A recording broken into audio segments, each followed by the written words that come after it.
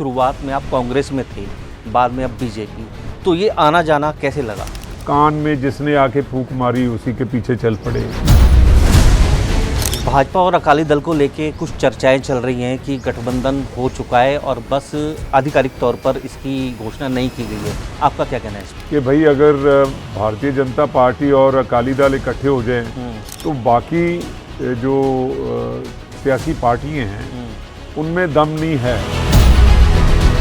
तो पंजाब में जैसे बीजेपी अपनी ज़मीन बनाने की कोशिश कर रही है, कहीं ना कहीं लोग विरोध भी करते हुए नजर आते हैं कि बीजेपी को नहीं आने देंगे, तो बीजेपी का क्या आधार रहेगा जो वो अपनी पहचान यहाँ पर स्थापित करेगी? ऐसा सोचते हैं कि बीजेपी नहीं आनी चाहिए, तो बीजेपी कहाँ से, कोई अमेरिका से आई है? विरोधी पक्ष कांग्रेस है, वो तो साफ दावा करती है कि बीजेपी आ ही नहीं सकती पंजाब में। आप इसको कैसे? पंजाबी में कहावत है जी, राह पे जानिए या वाह पे जानिए। लेकिन कहीं ना कहीं आरोप भी लगते हैं भाजपा के ऊपर कि पंजाब को पंजाबियों से दूर करने की ये राजनीति करी जाती है। पंजाब में चुनावी माहौल गरमाने लगा है और वहीं सियासी दल भी अपनी अपनी रणनीतियां बनाने लगे हैं। गठबंधन की बात करें या केंद्र की नीतियों की, इन्हीं कुछ मुद्दों को लेकर आज हम शहीदों की धरती फिरोजपुर में बीजेपी नेता राणा गुरमीत सिंह सोढ़ी जी के साथ मौजूद हैं। सर बहुत बहुत स्वागत है 7 न्यूज़ में। सर सबसे पहला सवाल मेरा आपसे ये है कि शुरुआत में आप कांग्रेस में थे, बाद में अब बीजेपी, तो ये आना जाना कैसे लगा? ये आना जाना नहीं, सिर्फ जाना ही जाना हुआ है। जाना ही जाना हुआ। वहाँ से भारतीय जनता पार्टी में गया हूँ कांग्रेस से, लेकिन आना जाना तब हो कि अगर मैं कांग्रेस से निकला। पहले आप कांग्रेस ज्वाइन किया, कुछ वजह रही, मेरा सवाल ये था कि क्या वजह रही जो आपने बीजेपी? वजह ये रही कि कांग्रेस अपनी आइडियोलॉजी खो चुकी है, सिद्धांत उनके नहीं हैं, डिसीजन नहीं लेते हैं, अनडिसाइसिव हैं, और कान में जिसने आके फूंक मारी उसी के पीछे चल पड़े जी। तो जब तक ज़मीनी हकीकत का उनको नहीं समझ आएगा, तो इसलिए मेरा वहाँ रहना थोड़ा दम घुटने लगा था जी। तो मैंने ये निश्चय किया कि मैं भारतीय जनता पार्टी में शामिल हो जाऊं, और गृह मंत्री जी से बात हुई तो उन्होंने मेरे को ज्वाइन करवाया जी। भाजपा और अकाली दल को लेके कुछ चर्चाएं चल रही हैं कि गठबंधन हो चुका है और बस आधिकारिक तौर पर इसकी घोषणा नहीं की गई है। आपका क्या कहना है इस पर? देखो, कोई ऐसी बातचीत नहीं हुई है, ना ही कोई ऐसा गठबंधन हुआ है।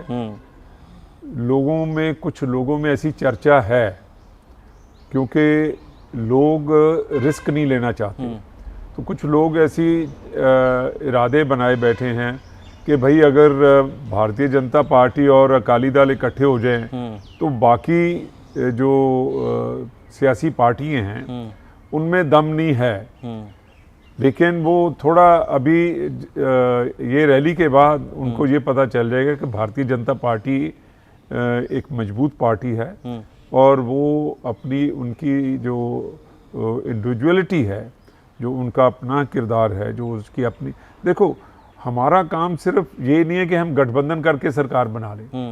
भारतीय जनता पार्टी का ये उद्देश्य है कि वो अगर सरकार बनाए तो नीयत और नीतियाँ दोनों को मजबूत और साफ रखें। उसमें यही सही रहेगा कि अगर हम अपने बलबूते पे सरकार बनाते हैं, कहीं कॉम्प्रोमाइज़ ना करें, क्योंकि अगर कॉम्प्रोमाइज़ वाली पॉलिटिक्स होगी तो उसमें कुछ काम जो हमारे क्षेत्र के लिए, हमारे सूबे के लिए बेहतर होंगे, उन्हें करने के लिए, पूरा करने के लिए कोई कमियां आ सकती हैं, स्पीड ब्रेकर्स लग सकते हैं।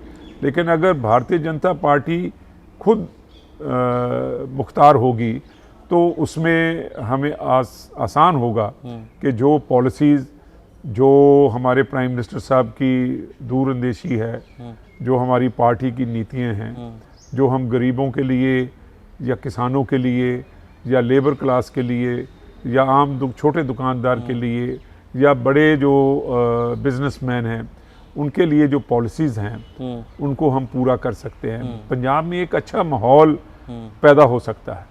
तो पंजाब में जैसे बीजेपी अपनी ज़मीन बनाने की कोशिश कर रही है, कहीं ना कहीं लोग विरोध भी करते हुए नजर आते हैं कि बीजेपी को नहीं आने देंगे, तो बीजेपी का क्या आधार रहेगा जो वो अपनी पहचान यहाँ पर स्थापित करेगी? देखिए, जो लोग ऐसा सोचते हैं, मेरा ख्याल है कि एक तो हो सकता है कि मैं उनको बेनिफिट ऑफ डाउट दे रहा हूँ कि शायद उनको ये नहीं पता कि भारतीय जनता पार्टी की नीयत या नीतियाँ क्या हैं, पॉलिसीज़ क्या हैं। दूसरा, मैं ये भी सोच सकता हूँ कि कुछ लोग ऐसे भी हैं जो इस सूबे के दुश्मन हैं। उन्होंने अमन चैन और जो हमारी माली हालत को ना सुधारने की कसम उठा रखी है जी। तो कुछ लोग ऐसे भी हैं जो ऐसा सोचते हैं कि बीजेपी नहीं आनी चाहिए। क्यों? बीजेपी कहाँ से, कोई अमेरिका से आई है? बीजेपी यहाँ की है, और जो बीजेपी के अंदर लोग हैं वो कहाँ से आए हैं जी? लाहौर से तो नहीं आए, पंजाब के हैं, हिंदुस्तान के हैं। तो क्यों नहीं आने देंगे? लोग लाने को तैयार हैं और लोग लाएंगे, आप देखना। विरोधी पक्ष कांग्रेस है, वो तो साफ दावा करती है कि बीजेपी आ ही नहीं सकती पंजाब में। आप इसको कैसे? पंजाबी में कहावत है जी, राह पे जानिए या वाह पे जानिए। जी। अब पता चलेगा जब इलेक्शन लड़ेंगे तो वो कैसे कहते हैं भी आ नहीं सकती। जी। हम आएंगे, जरूर आएंगे। केंद्रीय गृह मंत्री अमित शाह जी का दौरा भी होने वाला है। हाँ जी। तो उसको आप किस तरह से देखते हैं? बड़ा पॉजिटिव सिग्नल जा रहा है। लोग बड़े उत्साहित हैं। लोग उनको मिलने और उनको सुनने के लिए इंतज़ार में बैठे हैं, क्योंकि उनको मालूम है कि जो भारत के गृह मंत्री हैं और वो भी अमित शाह जी, वो अपनी कहनी और कथनी में कोई फ़र्क नहीं रखेंगे जी।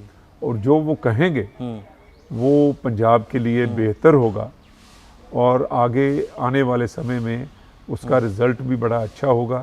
पंजाब एक खुशहाल, एक गैंगस्टर फ्री, एक आगे बढ़ने वाला सूबा बन जाएगा। जो अभी 1 नंबर से 17वें नंबर पे हम आगे रहे हैं। हमारे खेती में बाधा होगा, हमारे जो इंडस्ट्रियलिस्ट हैं उनमें निवेश ज़्यादा होगा, हमारे नौजवानों को काम मिलेगा। तो ये सभी चीज़ें भारतीय जनता पार्टी की जो हमारी हाई कमांड है उसके मन में ये सब चीज़ें इकट्ठा हो रखी हैं। उनमें टाइम पे चर्चा भी होती है, लेकिन उसकी इम्प्लीमेंटेशन के लिए हमें सरकार बनानी है जी। और वो हम बनाएंगे। लेकिन कहीं ना कहीं आरोप भी लगते हैं भाजपा के ऊपर कि पंजाब को पंजाबियों से दूर करने की ये राजनीति करी जाती है। ये तो मैं एक नई चीज़ सुन रहा हूँ। आरोप तो कांग्रेस पे लगने चाहिए, आरोप तो आम आदमी पार्टी पे लगने चाहिए जी। जिन्होंने पंजाबियों का सत्यानाश कर दिया आम आदमी पार्टी ने, और कांग्रेस ये बात ये कहे कि भारतीय जनता पार्टी पंजाबियों को दूर कर रही है, ये तो एक बड़ी मजाक वाली बात है जी। कि पंजाब के लिए, सिख कौम के लिए, पंजाबियों के लिए जो भारतीय जनता पार्टी ने कदम उठाए हैं या जो उनकी सोच है, बेशक करतारपुर साहब का लांघे की बात है, या छोटे साहिबजादों की शहादत की बात हुई, या गुरु तेग बहादुर जी की शहादत की बातें हुई जी। आज या हमारे गुरुओं की रिस्पेक्ट की बात है जी। आज कोई ऐसा सूबा नहीं है जहां सिख कौम को बहुत अच्छे ढंग से उनका स्वागत किया जाता है, उनकी मान्यता है। लोग हमारे गुरुओं को एक रेगुलर स्टडी बना रहे हैं, चाहे वो हरियाणा हो चाहे महाराष्ट्र में कर दिया देखो जी। तो ये तो एक गलत सोच है, ये लोगों को बहकाने की बात है। ये पंजाब के दुश्मन हैं ये लोग जी। अच्छा सोडी साहब, बीते दिन अभी लोकसभा के बाहर राजा वड़िंग ने एक बयान दिया डोनाल्ड ट्रंप को लेके कि ऐसा क्या है उनके पास जो हम उनके खिलाफ नहीं बोल सकते। इस पर आपका क्या कहना है? देखिए, ये फॉरेन पॉलिसीज़ हैं। राजा वड़िंग को फॉरेन पॉलिसीज़ के बारे मैं सोचता हूँ कि उसने कुछ स्टडी नहीं किया। एक चलते चलते बयानबाजी करनी और बात है। उनको मैं ये एक सजेशन दूंगा कि पहले वो स्टडी कर लें कि फॉरेन पॉलिसीज़ क्या होती हैं और किस मुल्क के साथ क्या रखना है। ये बात सोच के फिर वो डोनाल्ड ट्रंप की बात करें जी। क्योंकि भारत ने हमेशा शांति और एक भाईचारे की फॉरेन पॉलिसीज़ में बिलीव किया है। जी। वो आज भी हम ये कहते हैं, आज भी मोदी जी का ये बयान है कि हमें टेबल पे बैठना चाहिए, गोली बारूद से मसले हल नहीं होते। जी। तो ऐसी कोई बात नहीं है कि डोनाल्ड ट्रंप के पास उन्होंने कोई बात नहीं करी या ईरान वालों से बात नहीं करी। तो ऐसी भारत की ये पॉलिसी है और हमारा एक संस्कृति है, संस्कार हैं हमारे कि हम हमेशा शांतिपूर्वक हर मसले को हल करना चाहते हैं। लेकिन सोढी साहब, एक सवाल जैसे गैस और पेट्रोलियम की इस समय समस्या बहुत ज़्यादा सामने आ रही है, जिसमें कि गैस की किल्लत तो बिल्कुल सामने भी आने लगी है, तो कहीं ना कहीं ये चुनौती नहीं लगती कि ये समय इस टाइम बीजेपी के लिए बहुत चुनौतीपूर्ण है? देखो, ये बीजेपी की बात नहीं है, ये सारी ऑल ओवर वर्ल्ड की ये सिचुएशन है। जी। अगर गैस की कमी हिंदुस्तान में आ रही है, बाकी मुल्कों में भी होगी। जी। और ये जो पेट्रोलियम और गैस है, ये एक सांस वाली प्रणाली का काम करते हैं दुनिया के लिए। जी।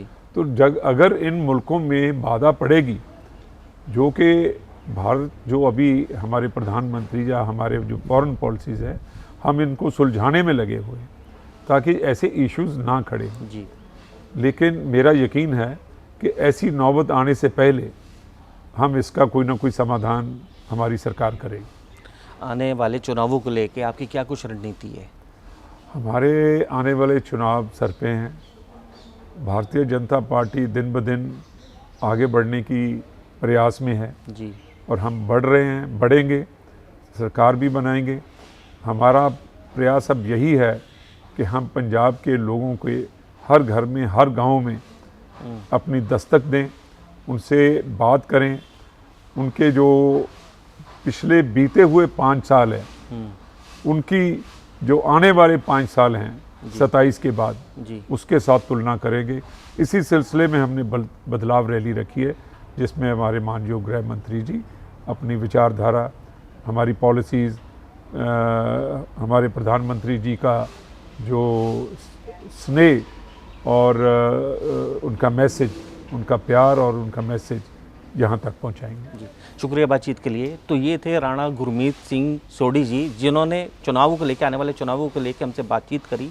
और अब तो जनता को देखना होगा, आने वाले समय में जनता तय करेगी कि उसने सत्ता किसके हाथ में सौंपनी है।